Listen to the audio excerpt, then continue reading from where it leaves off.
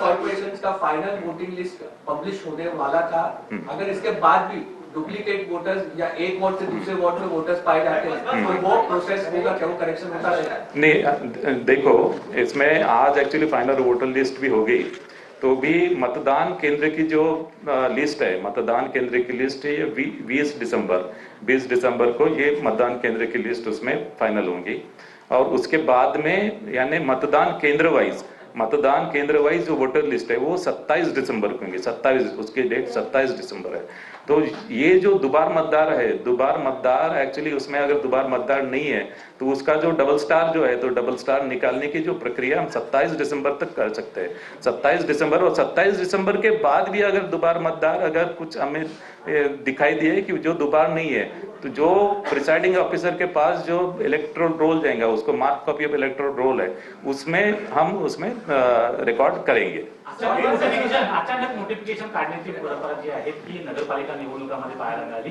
खास करून डमी उमेदवाराच्या संदर्भात एकच सूचक असताना आणि तुम्ही कॉलम एकचाच दिलेला असताना अचानक तुम्ही शेवटच्या दिवशी ज्या दिवशी छाननी आहे त्या दिवशी सांगता की तुम्ही 5 सूचक पाहिजे, ते अचानक जे नोटिफिकेशन हे आहे ती यावेळी खंडित होणार आहे का? आणि अचानक नोटिफिकेशन काढणे या संदर्भात राजकीय पक्षांसोबत बैठक झाली आणि जे काही आम्ही क्लॅरिफिकेशन दिलेले होते, क्लॅरिफिकेशन ऍक्च्युली राजकीय पक्षांनी किंवा उमेदवारांनी ज्याप्रमाणे आमच्याकडे रिप्रेझेंटेशन केलेलं होतं त्या रिप्रेझेंटेशन अनुसार आम्ही आमचं जे इन्फरन्स आहे ते इन्फरन्स प्रमाणे आम्ही मार्गदर्शन केलं होतं।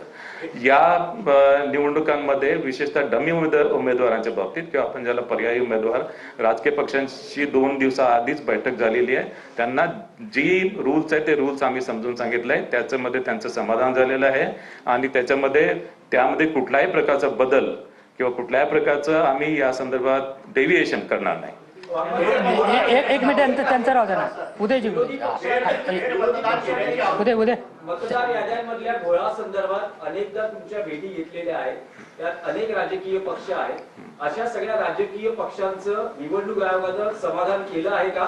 आणि आज पत्रकार परिषदेतून तुम्ही आश्वस्त करू शकता का या राजकीय पक्षांना की हे सगळे मतदार याद्यांमधले घोळ मिटवण्यात आलेले आहेत? राजकीय पक्षांची बैठक मी निवडणूक घोषित करण्यापूर्वी केली, त्यासाठीच मी राजकीय पक्षांचा विश्वास संपादन करूनच ही निवडणूक घोषित केलेली आहे। त्यांना दुबार मतदारांबाबत माहिती दिली, त्यांना वोटर सर्च बाबत अनेक शंका कुशंका होत्या, त्या सुद्धा त्यांना पोर्टलवर त्यांना पूर्ण दाखवण्यात आला, वोटर सर्च फॅसिलिटी त्यांना दाखवण्यात आली, मताधिकार ऍप त्यांना दाखवण्यात आलेला आहे आणि त्यानंतर बृहन्मुंबई महानगरपालिकेने जे दुबार मतदारांची जी टूल्स डेव्हलप केलं आहे ते टूल सुद्धा त्यांना दाखवलं। त्या टूल्स बद्दल पण ते पूर्ण समाधानी झालेले आहे आणि हे टूल इतर सुद्धा महानगरपालिकांमधून वापरा अशा प्रकारचं रिकमेंडेशन त्यांनी केलेलं आहे।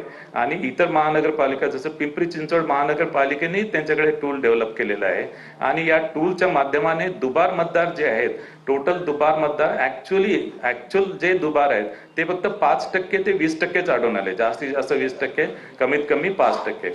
बृहन्मुंबई महानगरपालिकेच्या बाबतीत ते फक्त 7% आढळून आलेले आहे।